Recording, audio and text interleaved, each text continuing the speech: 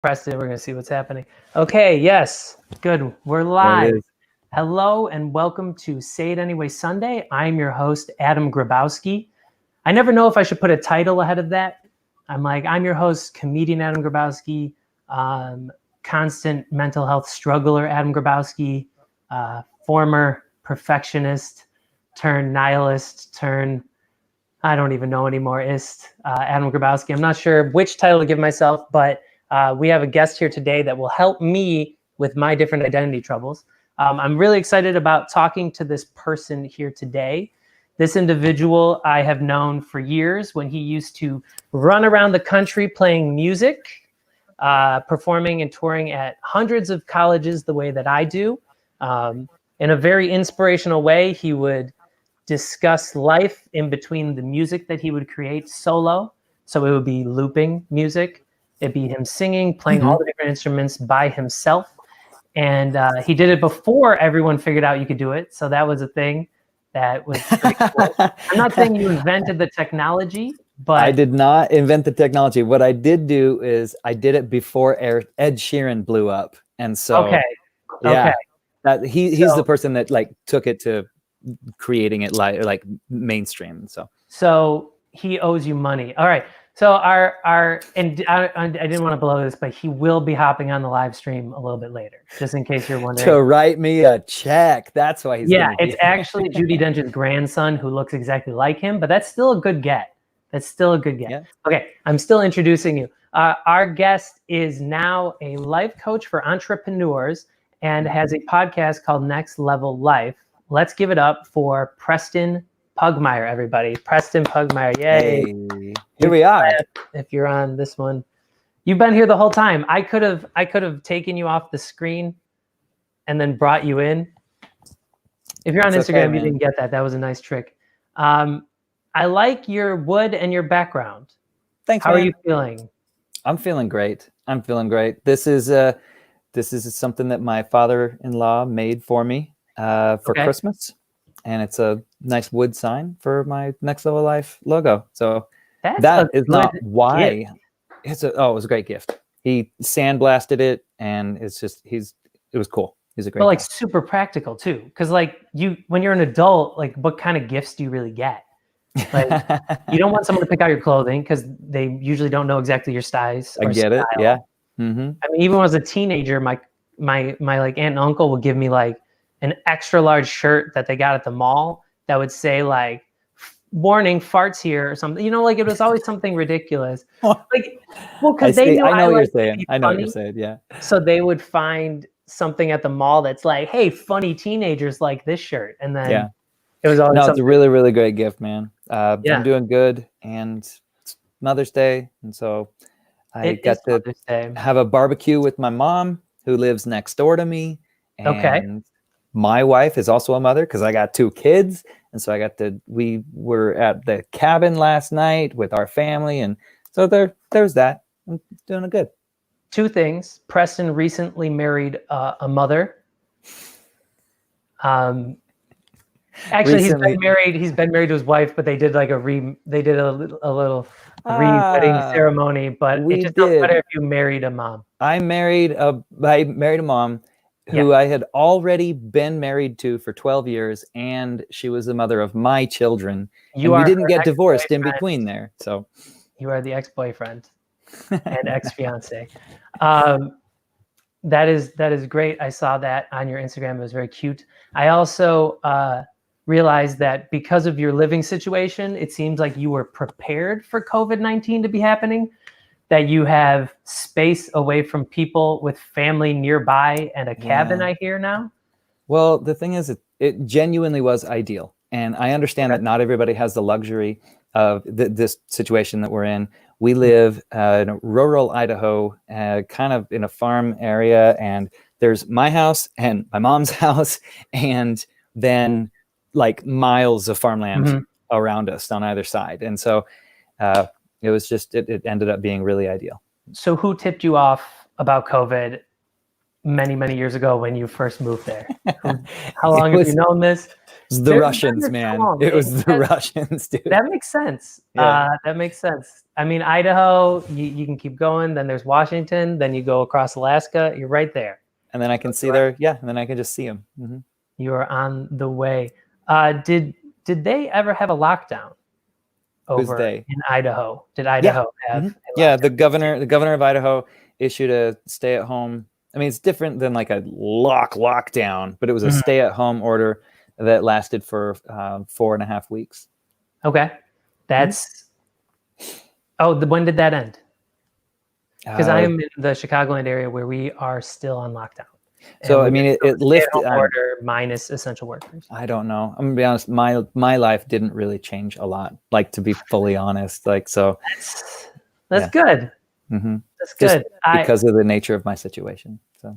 Yeah. I mean, I think there was a part of me that was jealous when I've had a few friends that I've noticed their life hasn't changed as much, but I'm just like happy that it's worked out for some people where they can, because they said on the news, like they said something like 1 in 4 are now unemployed. I was like, what are the other 3 doing? Like, I wasn't understanding that people's lives, could still be, and I understand essential workers and food and anything in that sort of industry. Well, also it's different because like I am the way that my company is set up, like it's an S corporation, and then I'm the owner of that corporation, but I'm also an employee of it, even though I'm the president of it for tax purposes. But like, I didn't lay myself off. Do you know what I mean? So like, I could not technically like go into unemployment. So I think there's a lot of people that own their own businesses and stuff like that who are not. So that's a good point. The unemployment, they added pandemic unemployment assistance to help for people that do gig work. So comedians or Uber drivers or anybody that does individual gig by gig. And a lot of individuals are hired by 1099. I think there's a John Oliver piece talking about how the wrestlers on WWE are not employees. That's are correct. Contractors. They're subcontractors. Right. And I love professional wrestling. It's one of my favorite things in the whole world. I think that's why it came up in my brain, because I knew that about you, which is so funny to me because you don't live a life anywhere near what professional wrestling is. Well, counterpoint. Sure. I am an entertainer. Okay. And wrestlers. I'm not talking about the performers themselves. I meant like usually what the general audience is, and then just the whole. I don't think you'd ever hit anybody with a chair. You don't seem like a violent person. Not recently, man. Not recently. Ever since COVID has really like kind of like dampened my chair attacks. So okay, it honestly should make them stronger, because then you could just blame it on COVID. You're like, oh, there was a wave, and you could do it. Let's not talk too much about WWE. I believe it gave more of a spotlight to Donald Trump, so then I got a little upset about that. But I agree. What Preston does for me, and I don't know if you do that, let me know what you do for other people, but what you do for me is you're this calming presence where I've jokingly said, I feel like you know something that we don't. Like there's a calmness and understanding you have where when I would freak out about something, you would have this sort of just evenness about you. And now I understand you knew about COVID, but where is that what you are trying to help some of your other people in your next level of life now? Thank you. Life coach? Thank you for saying that. That means a lot to me, Adam. Like, I really appreciate that, because the short answer is, that's what I'm looking to do. Because I mean, like, let's just get into it. Okay. So what happened was, when I was 8 or 9, my parents got divorced. They split, and I made a decision about myself as a kid, because kids are really good observers and terrible interpreters. Terrible. So the way that I interpreted that situation is that something must have been wrong with me. Right. And so which is kind of like, it seems typical or like obvious that that's kind of like something that anybody would say, or you'd make a movie about it, but it's real, man. And so I did that, and I decided that, so I guess I'm not worthy of the level of love. Now, this is a subconscious decision. that I made. And then yeah, I you didn't used, write this out so blatantly. no, not as an Understanding it. 8-year-old. You know what? I'm going to really make a conscious decision that I'm not worthy of love. Yeah, Preston, you're supposed to turn in a hand turkey, and you've written a very long contract to yourself for the future A about contract, how yeah, to be basically. worthy of love. This is very extensive. Just put your hand on the paper. And so it ended up like influencing and ended up sabotaging, you know, some of my relationships and some of my business ideas and ventures and my relationship with money and just like my self-doubt versus my self-worth, all that stuff. But I didn't realize, because it was, you know, I could see the symptoms of that, which was the tip of the iceberg, and I couldn't see anything below that. And this is a long way of saying that when I was about, you know, 28 or probably 28 or 29, about 2 decades after that happened, I had a huge realization, like straight up epiphany, that my parents were doing the best they could. Like they really were. They were, I mean, dealing with their own issues. We don't understand as children that our parents are humans who are dealing with their own issues. And when I made that connection that like they were doing the best they could, and they didn't intentionally do this to me or anything like that, or it wasn't even about me. It had nothing to do with me. It was their own relationship. And then I seriously just allowed myself to just chill the F out. I chilled out and I was like, oh, maybe peace is the most important thing in my heart. Like that would be the most important thing, rather than proving my value, like efforting and forcing everything in my life. And since that happened about, 9 years ago, I have had I started to be intentional with my slow and steady march toward peace as my goal. And so we went right into it, but that's what I want to do. I want to be you ended wars. Some wars have stopped because of the disease that your heart started. You're welcome. Yeah, good. That's very interesting. We've spoken a lot before, but I forget the origin story of the calm. I don't know if we ever even talked about it, because I didn't meet you until this point. That's right. Yeah, we met after I'd already had that realization. So this you that is the you that I identify with was a different type of individual before, which is so interesting because some people only know us at the time period that they knew us and have no clue who we are now. Like, I mean, in the same way, we could still remember somebody maybe from like high school or middle school, and like with a couple friends, you can make a joke, but they're just a full-grown adult with children now. So that person doesn't exist anymore, but it can in someone's memory. Ever since that realization, I've known you've taken a few steps. So you used to tour a lot, but then you had children, first child, then children, and you stayed home more. When did you make that decision, and why? How did that come about? Why did you do that? So I was, out touring colleges with you a lot. Yes. We were doing a bunch of stuff, and I was a musician and you are a comedian. We were both doing 150 plus dates a year, man. And so, I was touring with my wife, and she came out we were just together. We were just traveling together, and she was on the road. She doesn't play with me. She doesn't play an instrument. So we were going around and just traveling the country and doing this. And it was really, really fun. It was really, really great. But she came to me one time, and after seriously 3.5 years of doing it, and we were gone 10 months out of the year. And she came to me and she said, in a very kind, loving way, but she's like, we're living your dream. Like, this isn't my dream. Yeah. And I realized, wow, like you're totally right. Like, it was very, very fun and very, very great. And we intentionally wanted to decide to start a family. And straight up, there are some, I don't know, considerations around having children. You can't necessarily, you could, but it's more difficult to be on the road with a child. And so we came home, and she went back to teaching kindergarten. I took my shows down to 1 week a month. So I would just tell, our booking agent, I would just say, this is my week. This is my 1 week. So I'll do things then. Go hog wild in that week. And they would book me 7 shows in that week. And then And then the rest of the other time, I would actually be a stay-at-home dad while my wife would teach school.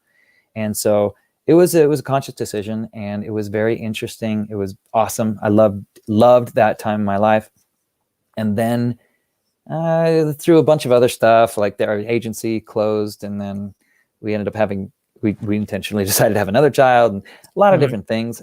I have always felt drawn to coaching, to being a facilitator for transformation in people's lives, and helping them, like, as cheesy as it sounds, like live a next level life, like live their best life, step into their full power, whatever that looks like for them, with a relationship, right, with a business, with whatever that looks like, right? That's the difficult part, is knowing what that next level is.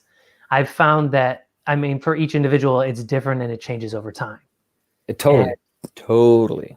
I like the title Next Level Life. I had the thought at first, because I was upset about the other day, just about competition and how money drives a lot of our action in our world, and whether or not people are okay and how we view ourselves. The same with views, the same with a lot of things that come about in a competitive capitalist society. And I was like, why does there always have to be a next level? Why can't my regular level just be good enough? But yours is, if you're seeking a next level, then this is the help. And I think that there's always, go ahead. Yes. Oh, no, finish your sentence. I just have something. I love what you're saying. I want to hear what you have to say about that. If you think that there's a next level that you should be at, because if you don't feel that you have to go to a next level, maybe you are where you're at. And there's always a way to make where you're at more abundant and intentional and enjoyable. But yeah, what do you think? Exactly. By the way, wait, I got to interrupt. Yeah. Boyd Jones said hello on the live stream, and so did Zaid Patterson. Said, "Oh, hey, you remember when you went to Winthrop?" Of course. Hey, Boyd, it's good to see you. That's cool. I can't see the people who are on the. It's okay. I can see some of the comments that are happening here. It's just, yeah. Cool. Well, so straight up, where you are is enough. And I know a lot of people will hear that and just roll their eyes at it. Like, yeah, but I don't like my relationship, or yeah, but I don't have enough money, or like all these things. And what I realized is, and this is back to talking about my realization, my epiphany, like what I realized is that the fact that you're thinking you need something else to be enough or to feel happy, the fact that you're thinking that is the problem, rather than the thing not being in your life or the money not being in your life. And so as far as next level, like, yeah, there's always a next level. I mean, freaking Elon Musk has a next level, right? So The Rock, believe it or not, Dwayne "The Rock" Johnson has a next level. I didn't think that he could, but he does. But I wouldn't know what to do if I were Elon Musk, because like you're setting yourself up to like have to, like, all eyes are on you when something interesting or technological comes out and they want your opinion on it. And it's just kind of like, oh, okay. Yeah, it is a lot of pressure, but that's why he is in the place that he's at, is because he can handle that. But where I'm at is enough. Where you're at, Adam, is enough. Like, we have everything that we need to be happy. One of my favorite things Tony Robbins says is, it's very anti-capitalist of you, by the way, that we have everything we need. Well, I'm gonna tie it in. Tie it in. But I understand that it sounds anti-capitalist. I get that. But I want to make more money. Fine. I totally do. But like Tony Robbins says, our main problem, people's main problem, is that they think they shouldn't have any problems. They think they shouldn't. Their main problem is that they think they shouldn't have any. So if you realize, oh, problems are just part of life, it's just part of the thing. So instead of trying to get rid of the problems, like, just decide to have higher quality problems. Like Tony Robbins' problems are that the engine in his personal jet needs to be replaced, right? That's his problem. But when I decide that I'm enough now, I have enough now, and I can be eager for more, like wanting to grow, wanting to get to the next level, wanting to improve, doesn't mean I'm unhappy with where I'm at right now. You take gratitude and joy in the moment and combine it with eagerness, And then when you kind of merge those things, then it's this sweet spot where there is growth, but there's also like contentment in the same moment. And a lot of people, myself included, used to think that those were exclusive ideas. What were the two that you said were exclusive? I used to think that eagerness for growth and joy and contentment in my current situation were exclusive. Like if I'm happy and content, then that means you'll stop. That means I must. You'll stop. Yeah, I must not want more. Right. And if I want more, it only can come from, or it most likely will come from, a sense of discontent. Yeah, I'm not happy with what I am. Therefore, I want eager. And that's the problem. When in my life, and I go in and out of this still, like this idea that I want to grow, and when I grow, or if I hit this goal or whatever, then I'll be happy. Like that's the problem. That's the problem. You can't do the if then. If then doesn't work, because you reach the if, and then that becomes the new if. So yeah, there's always a next level. Right. Yeah. When you get to that, the one thing that I've had difficulty with is the being in a position to work a lot in terms of meeting up with people, in terms of touring, and having a robust schedule that just doesn't seem like it's going to come back. So now I'm at this point that seems almost, and I understand that everything is different and unique and has its own qualities, but it seems lesser than a time period years ago where I did have more work. You know, I had this audience constantly that I wasn't dropping mental health truths, advocacy, conversation with. I was just being a comedian, and that was enough, being funny. But it's kind of at this point where, you know, I don't really know what my next level should be, because I'm not sure when live performances will come back the way that they did. And I don't know if I'll still have that same level of connection with people. So I felt a lot like I have downgraded completely to a younger version of myself, which I know is not true, because I know more now than that younger version. So what do you say to that mentality? Yeah, I first of all, I understand it. And the idea that, well, for me, what I'm kind of hearing is that part of the sense of self is based on a specific number. And so when that number, either of audience, reach, or money, or whatever, it decreases, then there's the if then, right? If that number decreases, then I have downgraded myself. And I think it's a false premise. It's real in our ego, in our brains, in our lizard brain that wants to protect us, right? But I think that approach and that line of thought will not lead to a solution that will give you happiness. I agree with you. I went through that a bit, and then I was like, you know what? It doesn't matter about the number, then it's about the quality of it, right? Then it's about if I can make each time that I'm interacting or performing or doing a keynote or whatever it is, that much more important and intentional, and then it can be more special. Maybe because it's not just a blur. Like maybe I can actually remember them rather than going back to back to back to back to back. I can remember each individual thing, which is something nice and different. So having come to terms with that, that's great. Now we're in this new world where I don't even know when live audiences will be allowed to be a thing again. You know, so I am glad that you're on here, Coach, because let's talk my life. What is my next level? So that's a perfect question to ask. And I want to take, like, I understand again that I have the luxury of not, like, I don't go out and do a lot of live performances anymore. The majority of my stuff is done via Zoom or via podcast or, you know, whatever. So that's why I said my life hadn't changed a ton in that aspect, but right. You weren't physically traveling around. Yeah, no. So it comes down to, you know, pivoting. Everybody's using, that's a buzzword, right? We're pivoting stuff. But is that what they're using? That's what the kids are saying nowadays. No, but just pivoting. Like, what is it that you are doing to step up and be a leader in this time?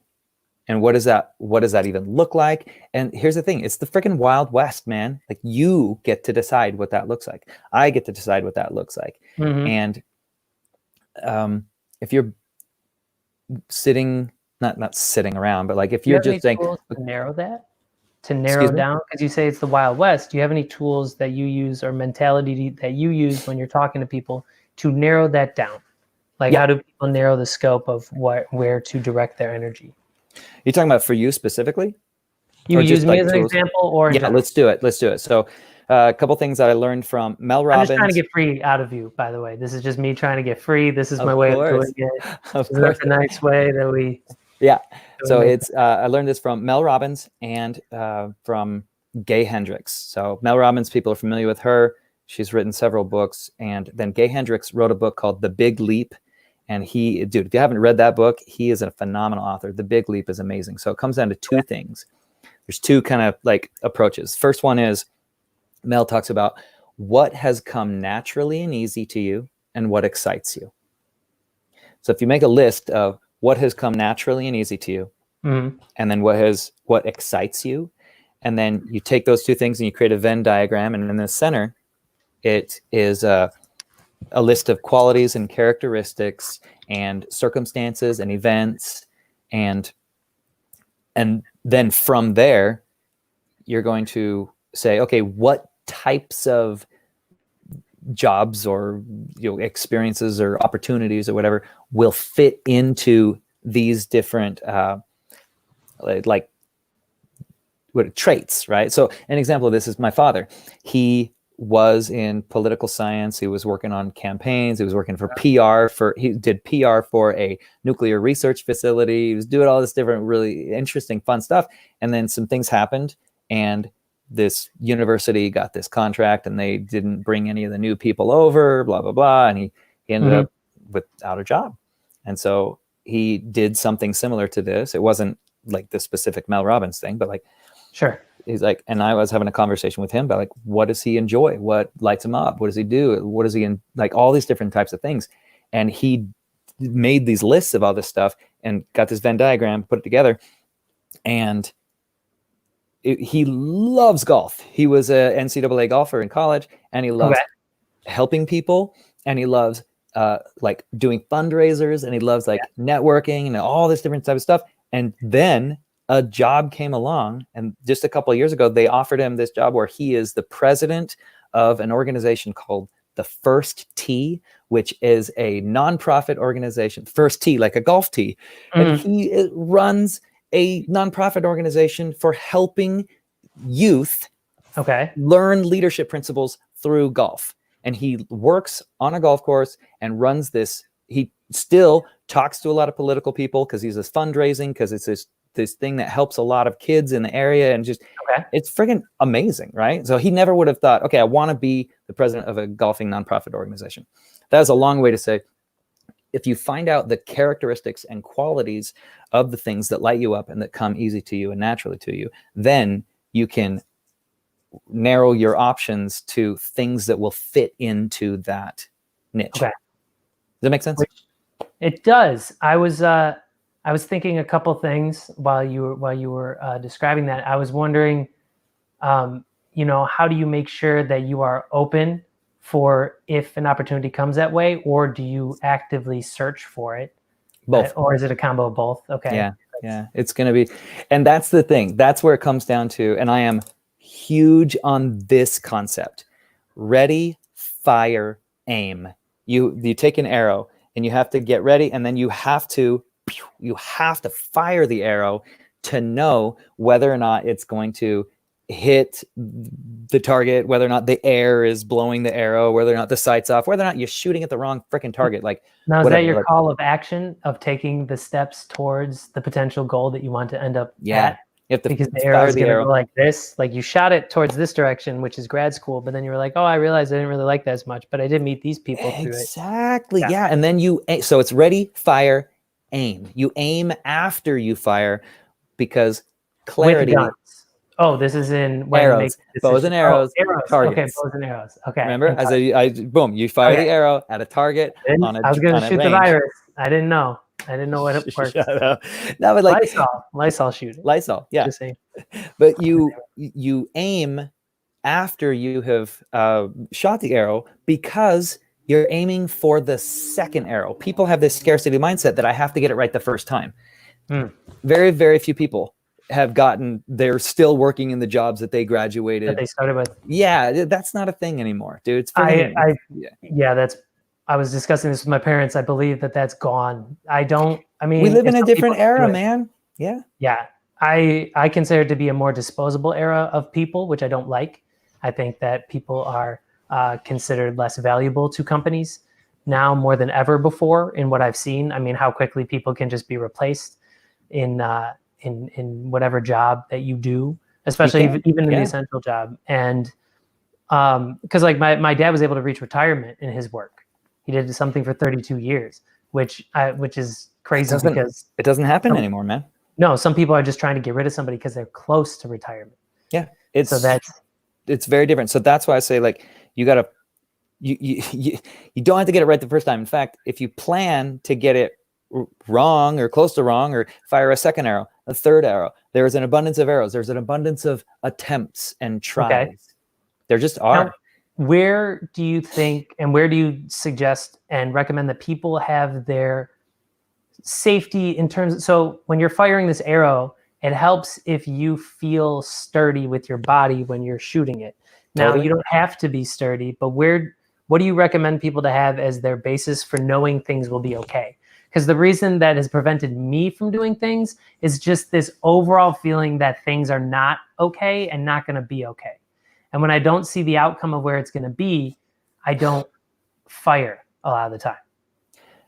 I get it, man.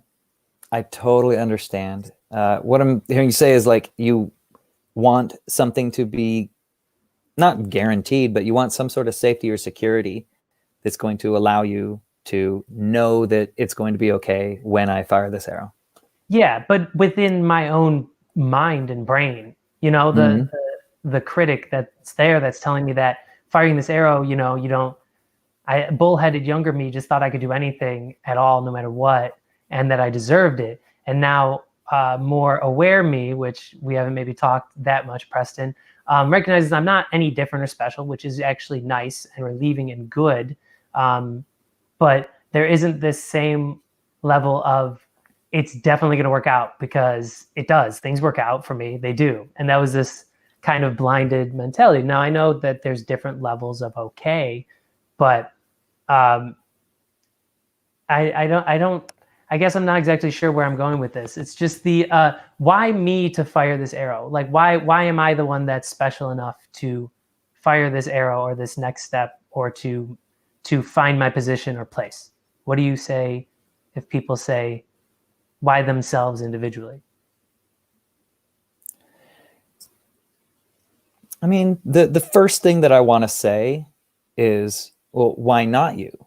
Right? But I understand that that's not a very satisfying response. And so let's take it a little bit different. By the way, this is the toughest I've ever been with questions and interviews yet. So it makes me really happy, because I know that you're very capable of this, and I want to pick your brain for it, because I even have ideas when I say that, because I do think that every person is deserving if their intentions are good or pure. Or so dude, you're not being I don't feel like you're being tough. I love this exchange. Go for it. Challenge my ideas. If my ideas and my beliefs can't be challenged, then I don't think they're worth anything. If they crumble. I totally agree. I think that you should be able to debate. I think it's odd when somebody says, well, that's my belief and I don't have to answer. Now, you don't owe people answers, but I feel if you can't defend your position, then it's not really based in something strong. No, and I don't feel like I have to defend myself. Like, I don't feel like you're attacking me. Like, this is really good. So the answer to what I would say is, like, why me to do this? First thing I say is, why not? And I understand that's satisfying. That's not satisfying. So we'll go here, which is, well, you did answer it. So that is, you got it. You're like, why not? And you're like, well, just as much as you want to be pessimistic in your head, you're like, but what if we could be pessimistic about pessimistic? And you're like, well, I think that I think cynicism is just, I think it's BS. I think that we don't know exactly what's going to happen. And like in anything, is it freaking COVID, uncertain times? What was certain 4 months ago? Genuinely, like what was certain 4 months ago? Very, very few things. People had this thing, that this idea that everything was certain, but for reals, guess what was uncertain 4 months ago? Whether or not we were going to have a pandemic. Boom, and it happened. Like the pandemic it did cause uncertainty, but like that happened in a time of certainty, relative certainty, right? Right. Whatever. Let me get off of that. This is what I want to say. We don't know what's going to happen necessarily. So I think that our ego and our lizard brain wants to protect us. It is wired for survival, not growth. And so we want to do things that are going to make us feel comfortable and safe. Okay. And in the context of that, of course, you're not going to fire the arrow. Okay. Yeah. So at that point, I'll straight up say, what do you want? Do you want to remain safe and comfortable? Or do you want to have the opportunity for growth? Because the opportunity for growth does not come inside of your comfort zone without the possibility of failure. It just doesn't. And so you just get to decide, do you want to have the possibility of success or guaranteed stagnation? Yeah. Non-growth. Stagnation. I mean, that's a good point. I think that outside of trying not to get infected with a virus during a pandemic, staying comfortable and safe, that's an occasion where that's okay. The comfortable and safe is that's not what I'm talking about. I know, but you can't always go out after every opportunity just because it seems like it's a little halted now. And I know that's not the case. There's always an opportunity within its own way. What does it? Okay, let's get very clear and concrete. What are you talking about? What is it that you want to do? If you were guaranteed success, what would you attempt to do right now that you are not doing? Oh, personally? Yeah. If I was guaranteed success, it all depends on what the definition of success is. The thing I've been looking into, which I don't want to talk much about because I don't want to self-congratulate ahead of time, would be to advance credentials in the field of psychology. So like a master's in therapy or counseling.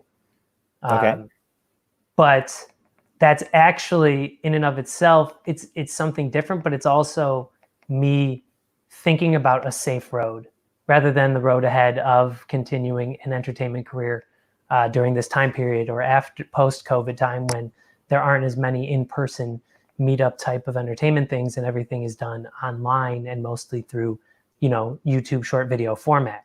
Yeah, dude, people are... I understand what you're saying. It's also very short-sighted. Like, there will be a time when where large groups of people will meet again. That will be a thing. Okay. It just will. And if you are basing the majority of your future decisions on this, in the grand scheme of things, this relatively short time period where people are not meeting up in person. It's not exactly that though as well. So to be honest with myself then would be to say that the instability of an entertainment career is also difficult, and the not regularly having others to work with is also what I do not like.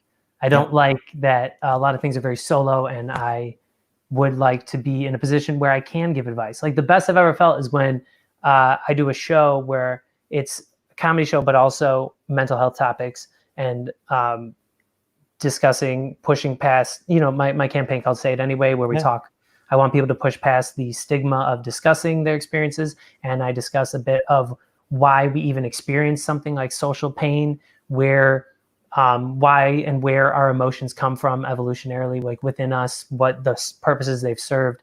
And when people have come to me after shows or even during when there's a question portion, asking for insight or gaining insight that they didn't have or perspective, like somebody came to me and they gave me a painting the third time I came to their campus, because the first time their freshman year, I talked about like eliminating some toxic situations and trying to be in an environment where you can talk about what you're going through. Like, it's okay to have friends that you don't divulge everything to. That's great. Yeah. But if that's the only group that you have, then definitely you deserve counseling and friends or family members that you can actually be open with about the insecurities, about the other stuff that you don't always have to put a front on. And I had somebody come up to me and say that after having heard the Say It Anyway campaign, they changed their friend group and made their friends that they still have now, and actually changed their direction for where they went in school. And like, then the whole friend group came to the show. So that was something that was very purposeful, but it's few and far between. You know, you don't know when, I don't know when I'll get those opportunities again. Yeah. And this is just coming from somebody, the market isn't what it used to be where you could get 150 shows.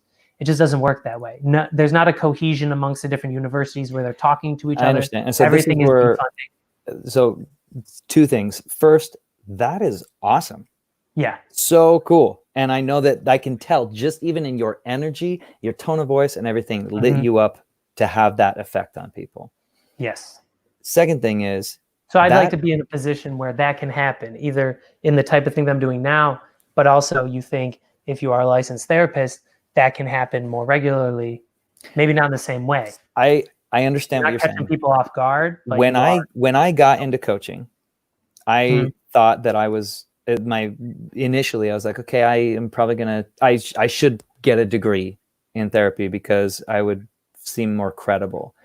And I am not saying that I'm not a therapist. I am not a therapist, and I'm not licensed in any way like that. But I have changed so many people's lives, and I've assisted in the transformation of so many people's lives, in their personal relationships, in their own like self relationship, and in their businesses. And by the way, when it comes to life coach, I put you in the category of somebody who's been living the principles that you talk about, because you don't always know if everyone that talks about, you know, this is how you remain positive and this is how you think, or take a deep breath before a decision. And it could just be what they've learned, or it could be lip service. And for you, I've watched and seen from inside or behind camera view how you've lived this. Okay. So I put you in the category. Let me ask you this. This could be a whole separate thing. Do you get sometimes upset if you go on Instagram and you see somebody that doesn't really speak intentionally, that has very poor advice, that puts life coach in their title on like their social media profile? How do you feel when you see things like that? Because sometimes, like, I've seen somebody that's had the most, I'm not saying you have to have everything figured out in your life in order to give good advice. Okay. You could totally have problems and give advice. But I've seen some people in there not figuring out the things that you just need to be okay. Like poor decision after poor decision after poor decision, totaling cars, doing other stuff. And then life coach is the title of that they were going for, and they're calling themselves. So how do you feel about seeing that?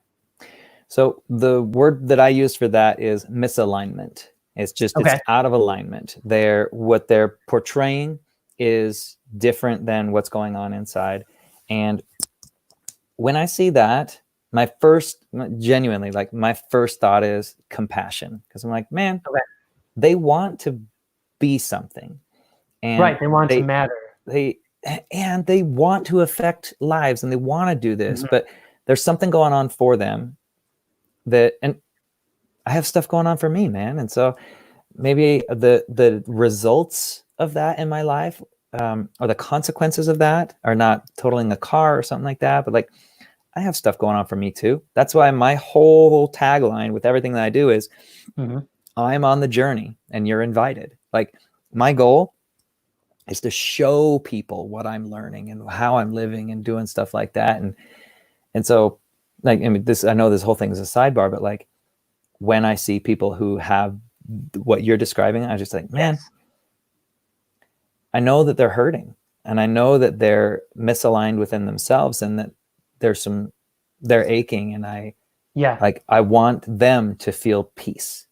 And I know what is going to bring it, and I know what's not going to bring it. And I just hope that they figure that out for themselves. That's a very nice way of putting, I know what I'm doing and I live it, and y'all get in line behind me. That's a good way of putting that, Preston. I think that was exactly the quote that I heard coming from you. I don't know if you guys have known this, but for years I've been trying to like misquote Preston as swearing. He'll be like, you know what, you're maybe misaligned with the things you're discussing. And I'll be like, yeah, Preston just said bitches be crazy. Yeah. You're my anger translator, right? Yeah, I mean, yeah, anger translator. Oh man, remember back? Let's not even talk about that. It's a Key and Peele sketch where Peele is Obama's anger translator, where it's a funny premise, man. It's a funny premise. Yeah. Now we need a de-escalator the other way around. Yeah. If somebody could just like cut out the fat, just the 99% of the fat that's within all of the words being said and the manipulations. That's a good point. Let's go back to what you said earlier about like, you want to be this thing, you want to maybe get a degree or to assist people in this way. Like, this is what I have found. I have found this, and I know this is going to rub some people the wrong way. Okay. And that's just what it is. Like, people don't care about degrees. They care about results. They care about results, man. Like, I have worked with, has been in agreement with that. There's a lot you can learn from specialization, I believe. And then when it comes to the legality of things, I think that that's also important. So if you're in a situation where... I'll say something about that. Okay. I work with coaches. I hire coaches. I also hire therapists. I work with therapists because I want my brain to be tip-top shape. I want my life to be tip-top shape. Okay. And it's not always the case. There's undulation. When I work with a therapist who is in California or in Illinois, which I've worked with both, they are not legally allowed to call themselves a therapist because it's cross state lines. I live in Idaho. Oh, interesting. So they have to legally call themselves my coach. Okay. So that's, if you want to talk about legality of things, like I understand that. That's quite interesting. I was jokingly going to create a new Instagram account called Unlicensed Therapist, but that title was already taken. Do you know what title wasn't taken and that I now have? Licensed therapist was not taken. I haven't done anything with it. It's a future investment. So if I do become a licensed therapist, then that is when I feel comfortable. So I want to say something very specific about this, because I know that there's going to be people who this, like I said, it's going to rub the wrong way, but I don't claim to guarantee when people come to me and like we're in a session about stuff and they bring up things about, I don't know, abuse or different things or trauma or stuff like that, I will tell them to go talk to a therapist about that. Yes. And I'll say, and I have some specific things, some exercises that we can do and some stuff that you can work on and stuff that can move you forward with that and from that. So I think that you should work with a therapist and with a coach. Brooke Castillo talks about how a coach focuses on what's going on right now and moving forward, and a therapist goes backwards and looks to work on the origin of things. Right. And so, dude, we need both. And so, I don't know, that's how I feel about that. I think that we need that in general, if it's from a familial source or an outside source, or if it's from anything. I think that having people that coach you through your life, I'm lucky my parents have always given great advice. Happy Mother's Day, for sure. They're so functional that there's a lot I haven't had to figure out.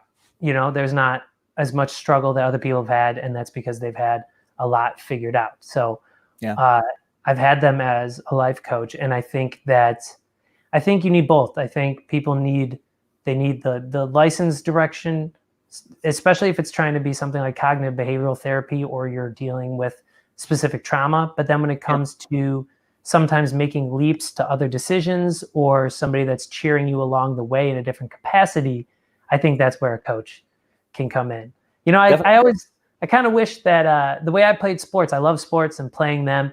It's a little messed up because I'm all injured. I did explode my Achilles playing basketball, but I wasn't like on an official team in like college or after that. So I wonder what it would have been like having a coach. It was always an internal within type of coach for that. So I think then you're more able to focus. You know, the thing I've found to be a little hard in my career path is just that I have to do not just the performing and the coming up with, but let me figure out how to do a live stream. Let me figure out how to market the live stream. Let me figure out how to make the advertisements. And I have a lot of good promo, but I have to hand it to you in person. So I'm not going to be able to get that promo out soon. You know, in the future, I'll be able to. So I think a team needs to be built in all sorts of ways. So if anybody's listening, there is a potential coach out there. His name's Preston Pugmire, and you can check out the Next Level Life podcast. Let me ask you this. What was one of the most interesting things you learned from your podcast? Or one of the most interesting interviews that you had, conversations? One of the most interesting conversations I've had was with Jennifer Finlayson-Fife, Dr. Jennifer Finlayson-Fife, who is Can you say that again? Dr. Jennifer Finlayson-Fife. She is a therapist. Okay. And I absolutely love her. And I've actually bought a relationship course from her that me and my wife went through. She's just really cool. And when I had a talk with her, we talked about emotional maturity. And one of the things that she discussed was having an external reference for your sense of self versus an internal reference for your sense of self. And what that means is if you're saying to yourself, I will only be worthy of love or fully happy or, you know, content or enough or any of this stuff, once I have the number in the bank account, once I have this relationship, or once I am able to have kids, or once I have the house, or once whatever, that's an external frame of reference for your sense of self. And so then if you shift that to an internal reference where I am very clear on who I am, what I stand for, what I want, what I don't want, and I stand up for my boundaries, and I believe that I deserve these things, not because like a sense of entitlement, but just like, man, I deserve to be happy. If you do say that, the more you say it, the more you actually believe it. It's like brushing your teeth. Like, it doesn't become normal until you've done it 21 times. Yeah. And this takes much longer. I had somebody saying that, you know, it takes 9 positive affirmations to negate 1 negative that has come harshly in your life, or one that you feel yourself. And I do think that, yes, people should have this level of understanding that they do deserve. And that's very good. I would say, when your external is based upon things that can fluctuate, then your stability isn't there. And I'm somebody that needs to work on having my internal stability be what matters. Now, I have family that's always been supportive no matter what, which has been a nice through line. And I don't really know how people do things without that, actually, that doesn't have the same support that I've had. The other thing that I've seen is when people are of a certain age, like you have your wife and kids, you know, you have your overall greater purpose right there. And is that a large pillar? How large is that pillar compared to your internal one? And yeah, I'm just asking you personally there. When you say how large is a pillar, what are you referring? What are you asking? Well, I meant your structure. So I guess here's how I'll point it out to you. Yeah. Some of my stability was that I always get to travel. I always get to do. I have this freedom, and that has changed for now. And when looking at it, I'm looking at some people, and I know that it doesn't help to look at what other people have, but there's no instant clarity of purpose. Like, I wake up, I am dad today. You know, that's not a job that goes away right away, right? That's a thing that sticks with you. So I was going to say, how much of your personal strength, Preston, is derived from that unit that you have. I understand. So it's not a real way to measure it completely, but do you find that is this is what I'll very say. helpful? I'm going to say this, man. And again, I don't care. I don't care what people think. I don't care. I read a book called A New Earth by Eckhart Tolle, and he talks about the roles that we play, the identities and the roles that we play. And when I have my sense of self as so even my role as dad and as husband, that's still an external reference. It's an external frame of reference. That's what I was wondering, because I was wondering if you would qualify it as that, because it's so permanent and so important, you know. Well, here's the deal. I was worthy of love, and I was Preston, and I was all this stuff before I met Corinne and before I had kids. So they added to my whole reality. That's sometimes a hard one, though. You know, when you think about, I mean, just I find that to be very important, but I also know that it's, you know, difficult to. I'm somebody that thinks I'm deserving of a relationship, you know. You are, but not everybody feels that, and I know that that's a hard thing to come to. I even had that thought earlier today. I don't know why. It just kind of came up. It was just kind of like, and I'm usually very confident in this, but the thought that, like, are you deserving of a good home life situation if you were to build one? And I said to myself, yes, because I would try hard and care very much for it. But I find that to be a thing that is a struggle for some people. It is. And guess what? Being in a relationship or getting married is not going to take the struggle away. Right. At all. At all. It's every single like disagreement, argument, or tension that I have with my wife, because we've been married for 12 years and because we're humans, every single one, like, if you really are fully honest, man, fully honest, if I'm honest, I can trace it back to me being insecure about something and then either projecting or trying to survive, or, you know, just like an argument is never about what you think it's about. Does it help to, so the way in which you're interacting with the environment or a person in your life or an argument, so you find it very important to break down potentially the emotions or the reason why, like more than just in the moment. I think a lot of people live reacting, you know, and not knowing why they're acting, why they are, where this anger comes from. And when you take that analysis down, what is it that makes you feel more understanding for yourself and for others? And by the way, that's because the Instagram was, they have a time limit. So I'm going to go live again. And so we're going to go live again and you'll see. Okay. So you can request the live again. Anybody that's watching on YouTube and Facebook or listening to a podcast, we are still here, but we are trying to be cross-platform. Cross-platforming? Yes. Okay. So what I'm going to say. Wait, no, figure out the Instagram thing, because I have a thought on it as well. For sure. Oh, okay. So we got some more people joining ours. Ask that question. So here's my thought. When there is a way again. Okay. Is it important to analyze the emotions that you have, and does a lot of the conflict come from a deeper situation that's happening than what's on the surface? And here's what I've come to found, because the question I asked doesn't really make sense. So I'm just going to try to explain the concept that I'm talking about in the first place.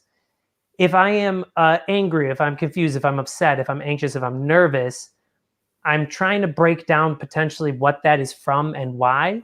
And then I try to have empathy with the being that is having that. I'm like, oh, well, that's very human of you. That's and I haven't been doing that recently. I've not been doing that recently. But the times in which I feel okay is I'm like, oh, that's very human of you to be annoyed by that. Or that's very human of you to be sad right now. And not in a way of judging that I'm experiencing those emotions, but being like, yep, that's being a flesh pod for you. Like this is a way in which I got to try to remember to do this. And it always helps talking to people about it. It for sure does. It helps talking about it. It helps having that different perspective. It helps joking about it too. I think it helps me to joke like, oh, you're being a sad, messy human being. On my podcast, I did, so mine's called Avoidance Issues, and I record it just myself solo, and I try to do it every day. And I just made a whole one talking about how humans are messy bitches. Mm-hmm. Like we can't, like I watched a duck, and like how often did that duck complain in a day? It didn't. Like it may have quacked a couple times, but like it wasn't trying to extrapolate every action to determine its entire future and self-worth. It wasn't evaluating just how much money or safety it had at any given moment. It was like living and acting. And I was like, man, humans are messy, needy bitches. And I am in that category.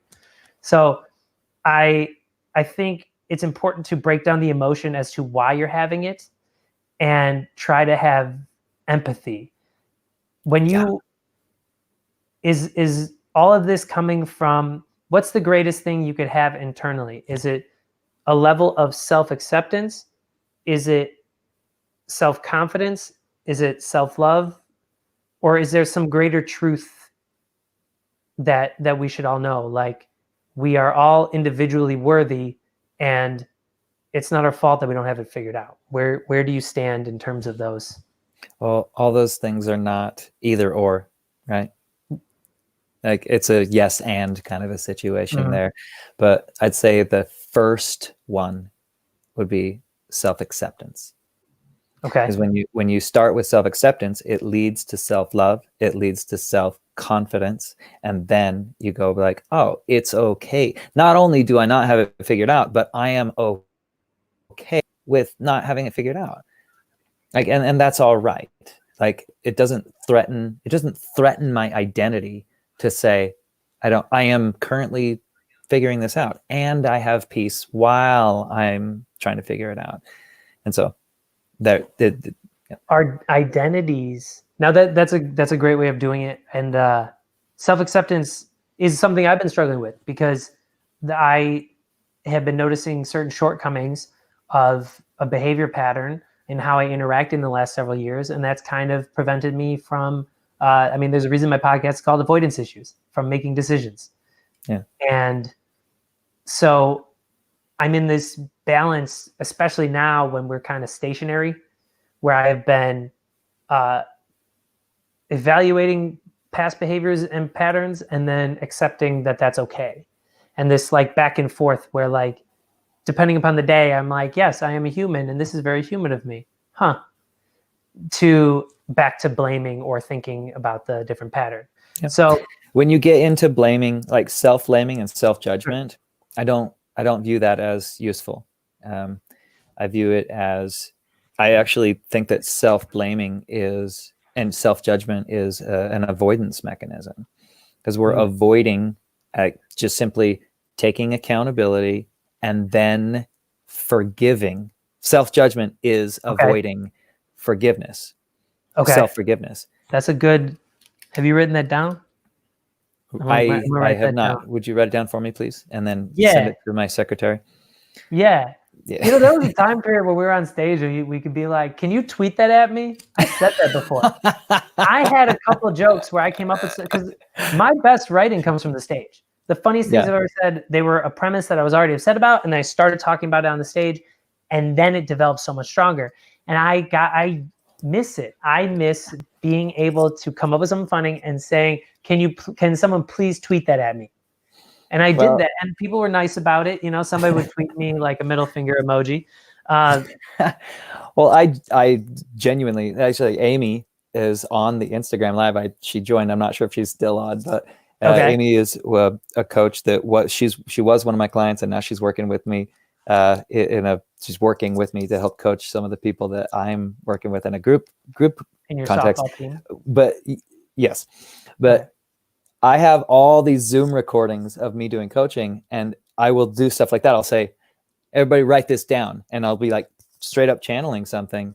And I had Amy go through all of the things and watch some of them, and we call them the NLC WTD, which is Next Level Creators Write This Down. And it's all these like top shelf quotes that I am saying that I wasn't writing down in the moment. So that was a side note there. This is kind of what I'm missing, which is why I'm doing this interview with you today. These things don't come out of my mouth or brain unless I'm doing this. Unless I'm talking. Then just do more of this. I think you should have, I think, you know what you should do, Adam? Like if this is where you get. One segment I didn't tell you about this. Part of each interview is that at the end, you're allowed to give me an assignment. So someone had me write a poem and I had to do it at the next one. So I did like an emo poem, like a spoken word, 5-minute long thing. It's actually on my Facebook that of an emotional poem that was an assignment. The last assignment I got was try to take awareness of what matters in a given day to me. And I found that one of the things that I am putting a lot of emphasis on is how well I'm doing all the time. How do I rank? Like, did I make good decisions to follow the job that I did? Am I in a good place? Am I still the career person that I thought I was? Like, I'm putting a lot of metric on that. Yeah. And that was their assignment. And that's what I found that I was determining what mattered is how I do compared to others. And I don't like that that's the thing. And I talk about it a lot. Yeah. The phrase I've been using is beware the compare. It rhymes. Because I do that so much. So just remember that at the end, you can give me an assignment. So what you were about to say is, you know what you could do or should do. Well, what I was going to say, this isn't your assignment, like do more interviews on your podcast than just solo stuff. Because this like you will have more revelations by just talking to a human and bouncing ideas off each other. But this is what I was going to say. You said earlier about like recognizing your emotions and should we explore those and stuff. Short answer is yes. Longer answer is don't do it in the moment all the time. Interesting. Because you're heightened. The energy is heightened. Do your analysis afterward. Do your analysis before. I do some of my best like self introspection. Okay. When I get a list of questions about something that happened or about something that will happen. Like when you're in the moment, I mean, dude, things it's hard to separate. It's very hard to separate. And so why put yourself in, you're already at a disadvantage. Why try to do it in that moment? You know, what I found the advantage to be helpful in the moment is not to try to always understand the exact way to solve the origins of what's happening in the moment, but just to acknowledge potentially what it is. So this is sadness. This is anger. This is human. And then so maybe not breaking down completely, but like this is an aspect of human experience right now. Yeah. And then saying like, oh, my hands are like even shaking, or like, look at how red my face has become. Like, it's kind of a weird way of taking myself out and looking at humans as a thing to observe. Yeah. But that's what I found to be helpful when emotions are very strong. To really try to pop out and be like, look at that human and all the different things. Like his heart rate is up, his face is red, his eyes are bloodshot or blurry or whatever. Well, even that can take you into a downward spiral of self-judgment about your face and your eyes and your everything like that. Sure. So what I think is do it in a way that's not judgmental of it, more of an observation of like, wow, look at the power that things can have. And what I'm saying is that if you try to do it in an observational way in the moment and you're not experienced at it, it will lead to self-judgment. And so I don't think it's as useful. So what Mel Robbins says to do, and what I counsel people to do in this specific situation is, if I'm feeling a heightened emotion, then I go, okay, let's do some observing. Let's do some being aware, but not necessarily of ourselves.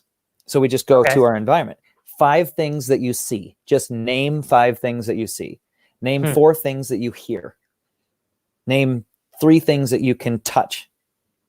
And this is when do you find this to be the best situation? When you said you're in a heightened emotional when you're state? in heightened awareness, like if you're having, if I'm having anxiety about something and I'm like, dude, I'm spiraling in this anxiety. Yes, I can say, oh, look at what this human is doing, but it's not gets me out of it. So you get out of it by becoming aware of your place in this. Now, is that a form of grounding? Is that what you call that? Okay. Yes, grounding. So it's really putting you in your scenario where you are. Yeah, and then you can analyze it later. Like do the post game analysis later. Yeah, that's what I think. I feel like trying to do this is what I was going to say. Trying to do it in the moment, trying to analyze that emotion in the moment is like practicing free throws during game 7. Like that is not the time to practice free throws. You practice them, you shoot 100 or 500 per day when there's no game. So what I do is I think about my emotions. Practice crying in the mirror. I analyze them. No, I think about my emotions. I analyze them. Why did I have that? What was that about? What would I like to have? How can I create this moving forward? How do you create a safe environment to then analyze them? When is a good time, you think? Is there a time period of the day? Is there in the morning? I love doing it. I schedule time in the morning to do it during a meditation thing before my kids wake up. I go to events or go to online events. Like I put it into my calendar. I'm going to go to James Wedmore. I'm going to go to his event. I'm going to have this. I'm going to go to Tony Robbins. I'm going to read this Tony Robbins book. I'm going to read this Gay Hendricks book. I'm going to I get coaching. So then that helps your level of self-reflection. Yeah. You put it in your calendar, man. Put it in your calendar. I have coaches. They are scheduled on the calendar. I'm going to have that hour on Monday where I'm talking to my coach. That's what you're doing. And we're going to go into it and we're going to do it then. And so that's what I do. Intentional scheduling is and do it with somebody that can help you through it, like a freaking coach. That's why I coach people. Okay. Yeah. Interesting. I definitely don't schedule. That my schedule was like, let me keep it open so I can be anywhere. And then I'm good. Like you got me. When I have to be somewhere, I'll physically be there and I'm there. But right now it's a little different. This is just write this down. Ready? Write this down. No, there's a book that really changed my perception of scheduling things and how time management works. And it's called The Perfect Day Formula by Craig Ballantyne. And it's a very short book. Like on Audible, it's 2.5 hours. And if you 1.5 speed it, then you get through it in less than 2 hours. How do you 1.5 speed an audiobook? If you go to the Audible app? Yeah, I meant like, how does it, do they sound weird? Because they're all sped up? Is it high pitched? Is it the Chipmunks? Is it Alvin and the Chipmunks? No, it increases the rate, but not the pitch. Huh. That's interesting. Do you think that's a good thing? Like, do you think you end up missing stuff because you're blasting through it more, or do you think that's an easier not at 1.5? If you listen to it, at 1.25, or if you listen to it at 2.5, yeah, you're gonna miss some stuff. Yeah. Well, it doesn't raise the pitch. It doesn't make you sound chipmunks. This is terrible podcast material, to be honest with you. Go listen. Like I listen to all my podcasts at 1.5 speed, all of them. Wow. I saw someone do that with a video. I recommended a YouTube video to somebody one time and I saw them put it on double time and I was like, what? And like they missed a lot of the concept, but they were just trying to get the overall. But I was like, well, you missed the words, the funny words part. But I guess with a podcast, it's different. Okay, but at 1.5, it doesn't, you don't miss a lot. You don't. Okay. I mean, and it's not like you're listening to a comedy album. Comedy is about timing, right? Right. I'm not talking about doing that. That's not what I'm talking about. Anyway, this was Perfect Day Formula, Craig Ballantyne. What was it? Yeah, Perfect Day Formula by Craig Ballantyne. And the whole premise of the book is structure equals freedom. And I am on board. It's so good. So good. Anyway, what were we talking about? Scheduling time for your emotions. Yeah. No, I mean, very few people do it. And at that point, guess what you're doing? Do you want to see my full schedule? It just says emotion. It just says emotion from, wake up time to bedtime. That is what my freaking schedule is, Preston. And then there's a sprinkling of figuring out life things, of doing stuff, of creating amongst the 9 15-hour block of emotion each day. So that tends to be where mine is. So, but I do think that there's something profound. You're an expert. No, it doesn't mean you're an expert. You could lay on a basketball court for 20 hours a day. Does that mean you're the best basketball player ever? No. Yeah. You might be being pelted with baseballs. That doesn't make you an awesome catcher. Okay. But it does. I mean, it does mean that I'm thinking about this more and I'm checking in more and I'm aware of it more. But I think there is something that you have that's true in structure equals freedom. I mean, the best times I felt the most okay was when I had to get from point A to point B. I had to get from Idaho because I had a show up at, I don't know, let's say Lewis Clark State College. And all of a sudden I got Christopher Newport in Newport News, Virginia. And I got to fly from Boise to Norfolk and it's connecting in Detroit. Yeah. It was so clear.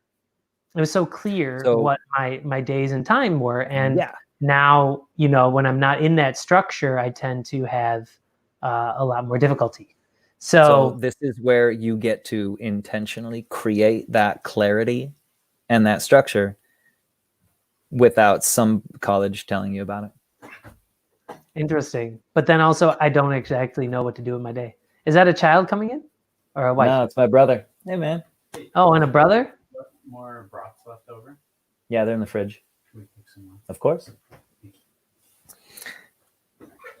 Are there brats left over? Are you not going to share? I said there are brats. They're in the fridge. Not going to help? He's 25. He can cook his own brat. I was going to say they are in the first place you would find them. That's what I learned from what you just said. They were... I don't know why he didn't check the fridge. Where would be this refrigerated meat that you might have? You're like, okay, so the first clue is on the bookshelf. All right. Yeah. We're looking for a nonfiction that begins with a B. Turn to page 43. And on page 43, it just says, check the fridge. Check the fridge. Yeah. It's actually, and it's a trick book. All the pages just say check the fridge. So it didn't matter what page you ended up saying. It's really, really helpful. Yeah. Same way some people do their magic stuff. Okay, well then we're going to be signing off soon. There's a couple things I want to do, which is one, give us the opportunity to not be so serious for a moment. So we could be, I mean, this is what Say It Anyway Sunday is. It's a chance to talk about it. Like we cut through a lot, I feel. Yeah. I didn't have to talk about weather. We just went straight to, hey, how do you live a fulfilling life and handle emotions? Which I don't think a lot of people do. And I forget that sometimes. Does that ever shock you a bit when people are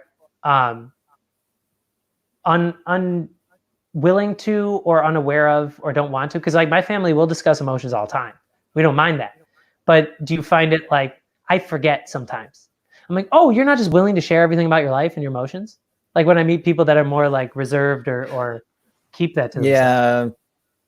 I mean, again, it comes back to compassion. I like when I see people that are they're closed off, I meet them where they're at. And I got my 10,000 hours in straight up of doing this kind of stuff. And so when I say this, I mean like just coaching and emotional type of things. And so for me, when I meet somebody like that, I meet them where they are.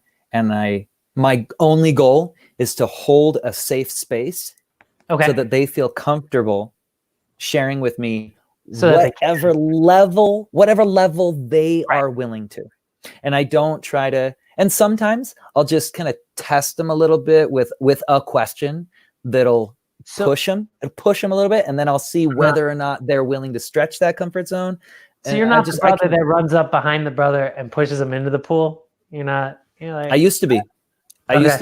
Yeah. And when I first, straight up, I lost some friendships when I first started getting into this, not coaching, but just when I first started getting into personal development, because I would push people emotionally too much. And it was just like, oh, these glasses work for me here. You should try them on. Like that energy of, and I learned, I learned the hard way by losing some friendships. And it was all me, man.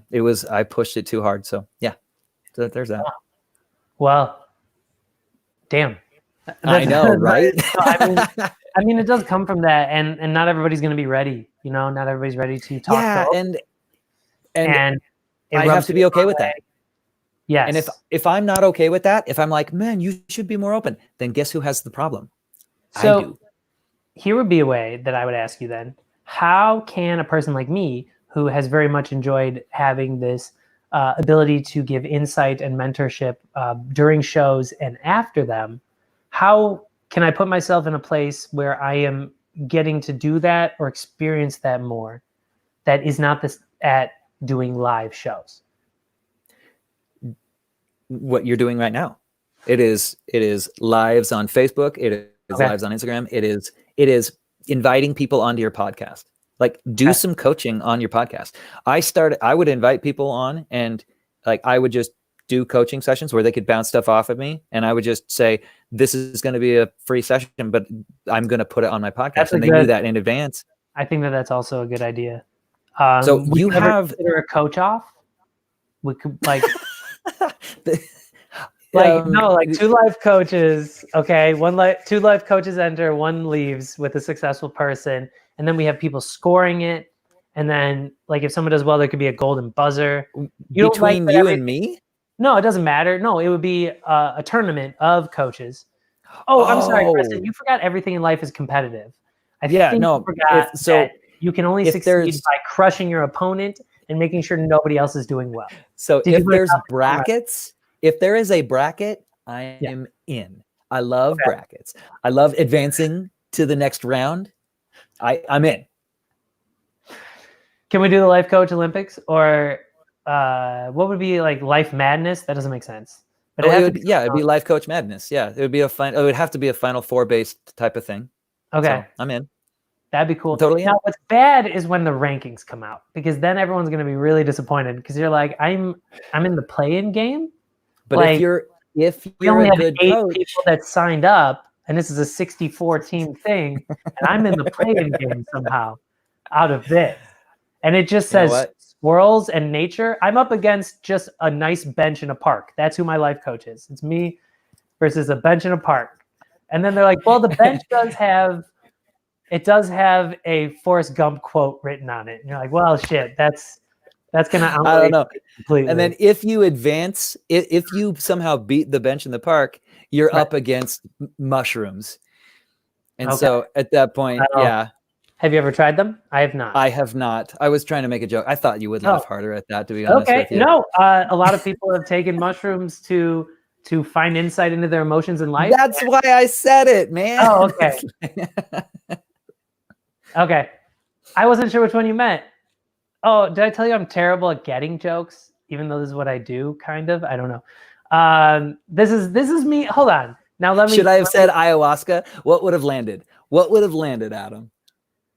Anything except realizing that text can still come in on my phone while it's on live. And I'm in a group chat, and then like 12 things just happen. And because it was all like submission points, I thought it was something to do with this live stream because I had a friend and I said, text me if something goes wrong with the live stream. Got it. So it's not your fault. Yeah, there's this kind of lapse that happens when humor is sometimes done this way. Don't you feel? I get it. Now, Preston, I've asked you so many questions. I thought this was going to be more like a conversation, and this has been the most interviewee type one that I've done thus far. Okay.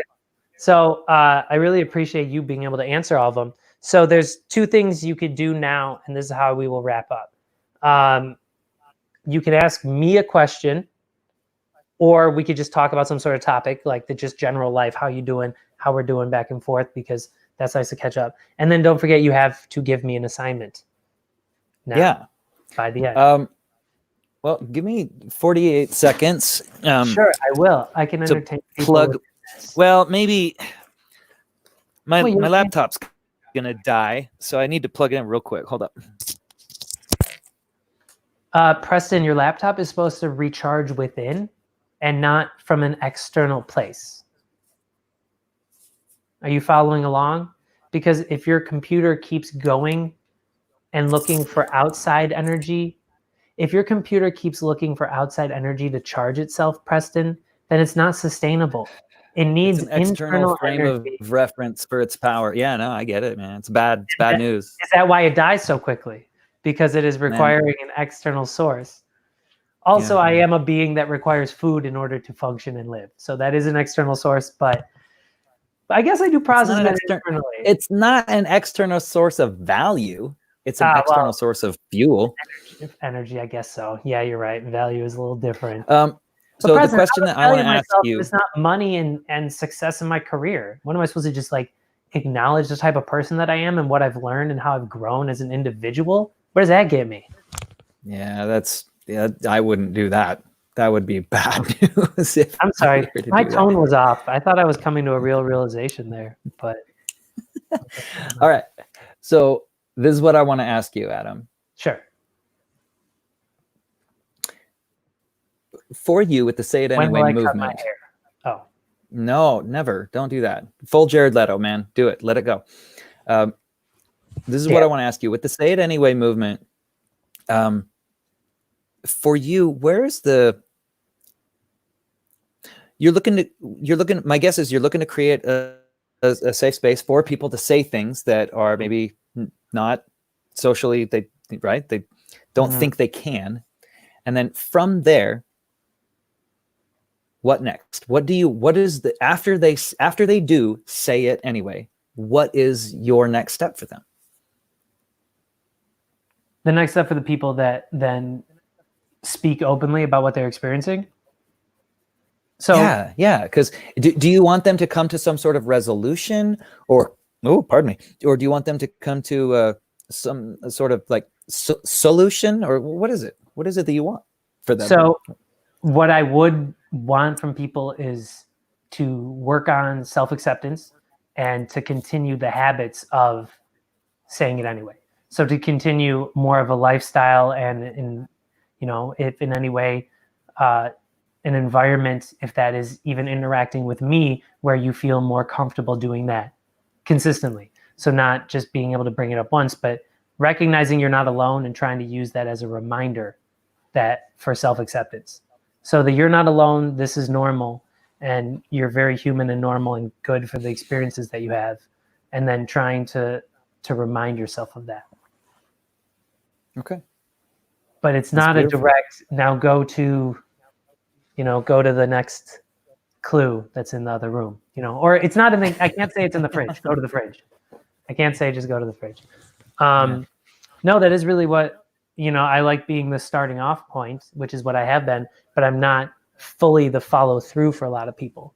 You know what I mean? And I wonder if that's a position I would like or not. And I have to explore that more, because I very much love being somebody to help open some eyes, and that's what's helped about it being my comedy show where I bring this about, because people aren't going in thinking that they're going to think introspectively or about emotions or about life or about, how much we. Do you think that there would be too much? Do you think there'd be too much pressure on you if they did come in thinking that? No, I like that. I just the reason I asked that question is I haven't found that as easy because to get people in. Well, yeah, I understand. It's because of the context of what you're doing. So, the thing that that made me ask that question is because earlier you said who am I? Who am I to do this? Who am I to shoot this arrow? Okay. Who am I to make this happen? And I know that you were talking about it kind of like in a broad context of like, who am I to make this happen? But I also knew that there's something about this. Who is Adam to make this happen? And so I wanted you to, that's why I wanted to ask that question, because I think that you have a lot more value to give than you're allowing yourself to explore. I don't exactly know where to shoot it. Well, that's the beauty of it. You just fire you have an idea and you fire it, and then you aim as you go along. Yeah. You fire the next arrow. You aim. Clarity comes on the other side of execution. Interesting. Yeah, it's every time. How can you know how well a joke is going to do until you perform the joke in front of an audience? you can have a sense. But yes, that You makes can sense. have a sense, but and that's the ready part of the ready, Well, fire, that's aim. the thing You have that a I sense. really want now. I want that scenario where I get to fire off more. You know, I like that situation. The being put in a What position. I'm telling you is, you think that scenario is only in front of a live studio audience, in front of a live audience, and that's not the only place that you get that. True. So And I'm just saying, I'd like to cultivate it. That's expand. what I'm not sure of. I'm trying to. I used to not do as much social media stuff all the time. I'd post, occasional road pictures, and that was it. But then this kind of not being able to be in front of people has led me to be like, oh, shit. Like if I want to interact with people, I got to do it this way. Yeah. And it's not been my favorite. I like the people part, but but that's one thing I have to deal with as well. I get it, man. I get it. It is a different energy when you're in front of people. It just is. Yeah. But yeah, and then it comes down to like, what are you willing to do? What are you willing to do to get your message, to get your, to reach your goals, to do these things? Like, because your goal. That's for damn sure. I got to make my goals. You got to do what? They're not concrete. They're not Yeah. solid. They're subjective, because in subjectivity with my goal, it's very freeing from failure if you do not have a concrete thing. You just isolated, or not isolated. You just analyzed your own thoughts. That was really, really beautiful. You're like, I don't have a concrete goal. And that is a form of avoidance, basically, because I don't have to do it. So with this, one of the things my coach said to me, Tommy Baker, he's freaking amazing, changed my life. Tommy Baker said, when you're an entrepreneur, a creative person like yourself, you, Adam, me, Preston, whatever, we have 9 ideas at any given time or more. Mm-hmm. And in that 9 idea sitch, it provides us with excuses. And if you were to choose one of those ideas and really freaking go for it, then it exposes you to the possibility of failure. And that is scary as balls. However, scary. However, you're never going to be successful trying to pursue 9 different things, or you're never going to be successful having 9 different ideas and executing on 0 of them. So you have to, like, you cannot have success without the possibility of failure. You cannot have love without the possibility of like vulnerability and being hurt. It's just not a possibility. It's a hand in hand. And so it just comes down to, what are you willing to do? Well, oftentimes what I'm willing to do is to find a way out of everything. I've always loved working smarter, not harder, and finding a way to talk my way out of it by talking. Wait. Hold on. I'm just going to call you on this because I love you. Finding a way out of something isn't working smarter. That's not what that is. Oh, no. No. Finding a way out of doing something. Well, I just even mean sometimes the grunt work that goes along with something. That's not what I'm talking about. Okay. I'm talking about like putting yourself out there. Anyway. No, the putting Sorry, I turned that into a thing. It's okay. I allow things to get in my way, and I do. And that's part of where my recent sadness has come from, because I can see how things are obstacle-like, and then I just close my computer and never even approach it, Yeah.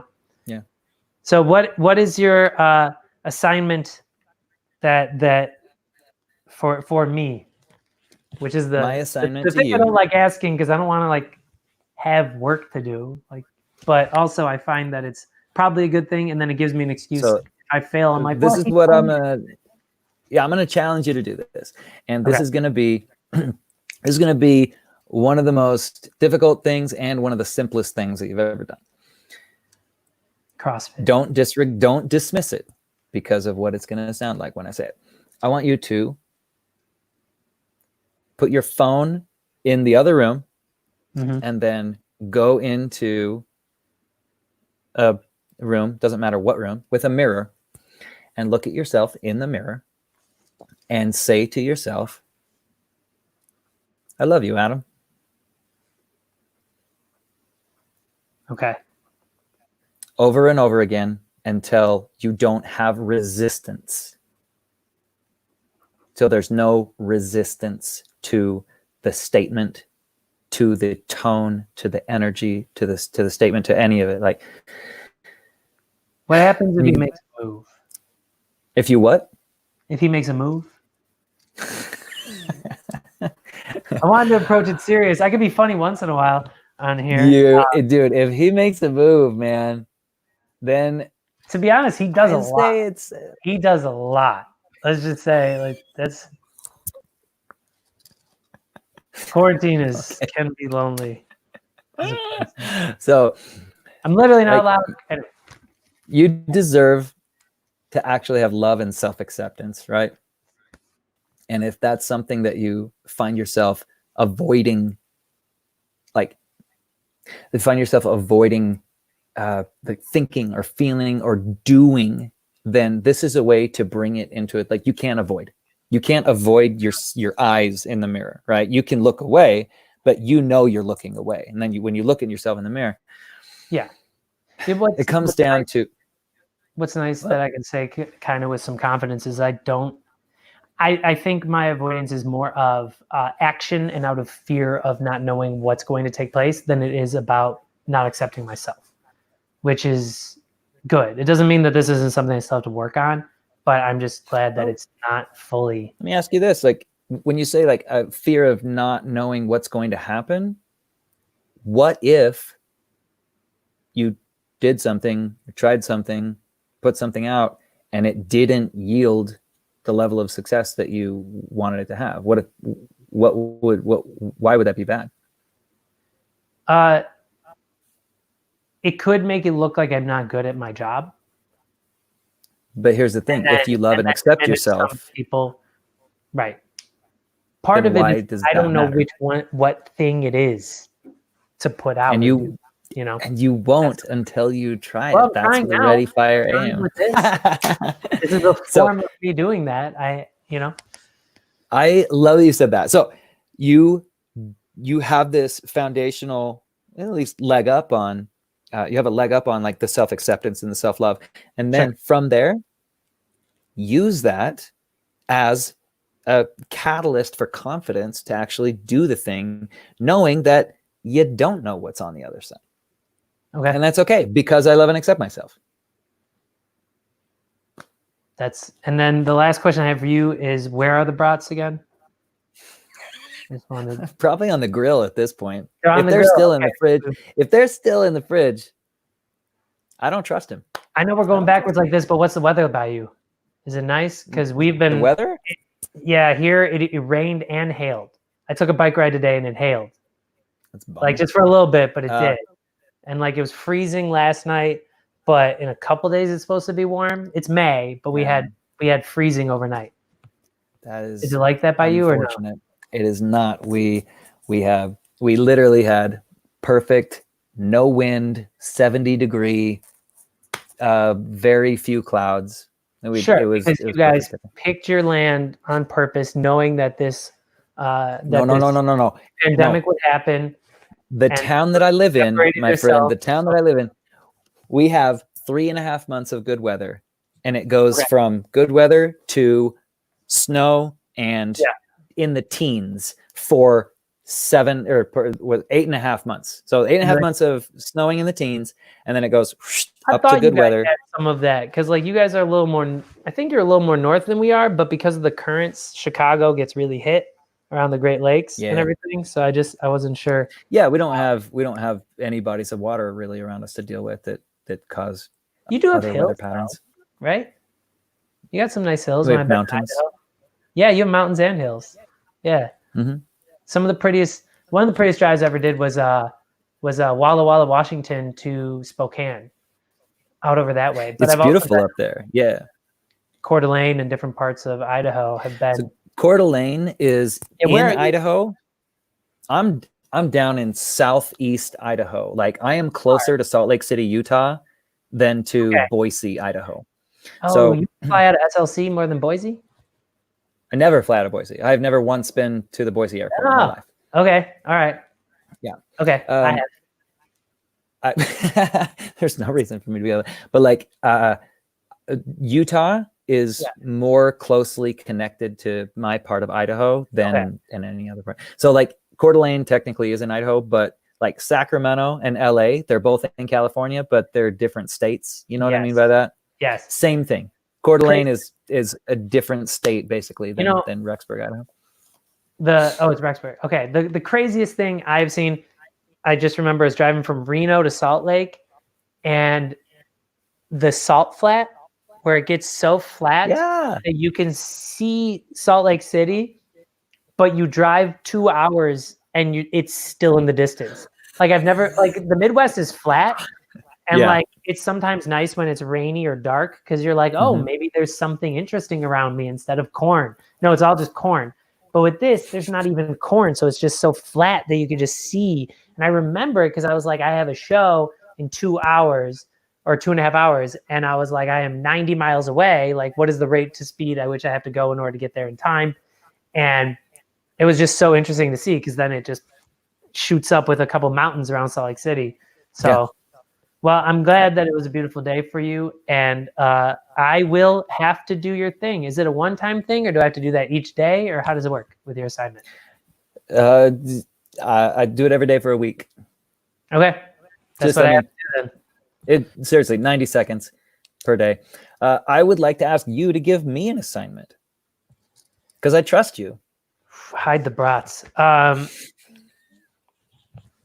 Get a red light outside your door that you could flip on for when you're recording something.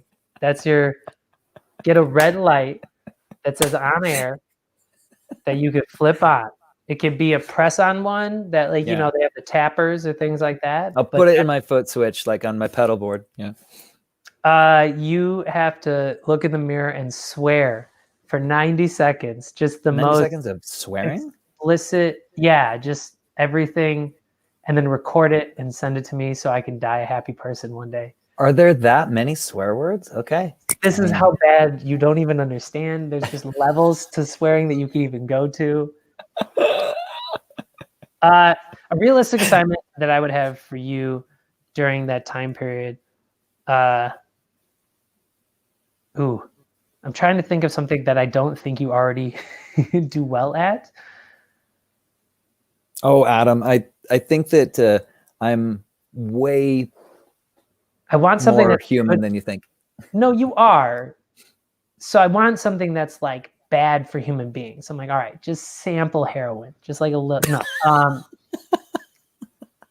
just like half a cup of it. Comes in cups, right? And yeah, like it's like a third of a cup. I assume. Yeah. You know how they have the individually measured out bowls in front of Martha Stewart and Rachel Ray already ready? Yeah, like the ramekins of stuff. Yeah.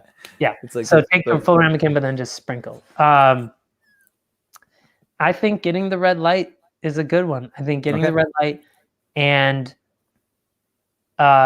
making a meme. I want you to make a funny meme.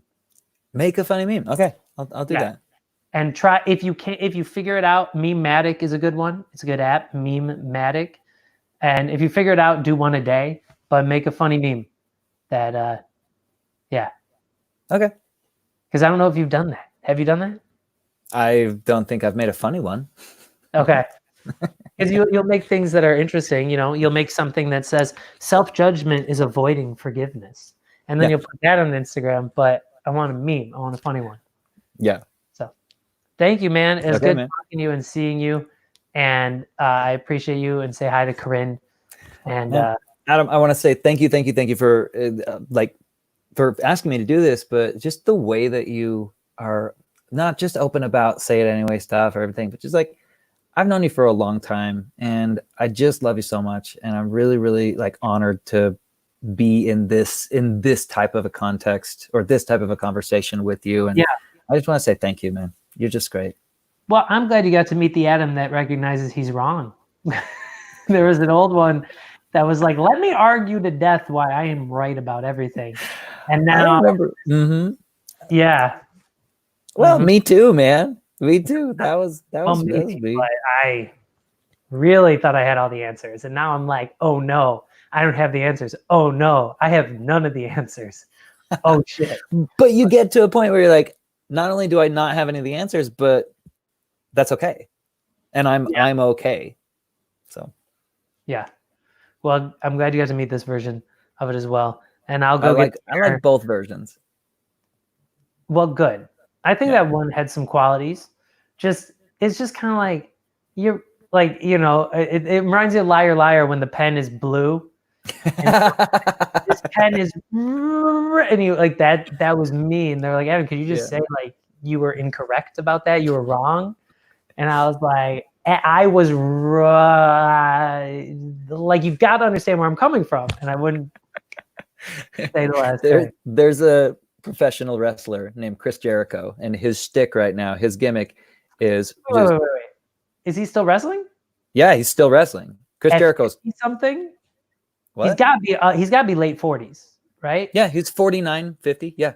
And he's in his prime right now. I mean that because on the mic, he is crushing it. His character in AEW right now is so good. But he has this thing right now where when he has to apologize to somebody, he's like, you know what? I just want to say and he like has like a seizure. He can't say the word, and he's not able to say sorry. Really funny, man. It's really funny. That's interesting. That guy was a character I remember when I watched wrestling and when I played the video game on N64. I love it, man. I absolutely love it. Yeah. Okay, Well, then we'll brother. catch up again, and if you want to do a podcast again, let me know, and we can record it in the fashion that works for you audibly. Okay. If this one didn't work out that well, but thank you again. Fine, thank you everyone that was watching, and just thank you to everybody on Instagram, Facebook, YouTube. Yes. Say that again. Oh, I was saying, take any of the assignments that we've been given and do them yourself. Go for it. Oh yeah, everybody should definitely. Yeah. Okay. Bye, man. See you later, brother. Sign off on both. Okay. Broadcast.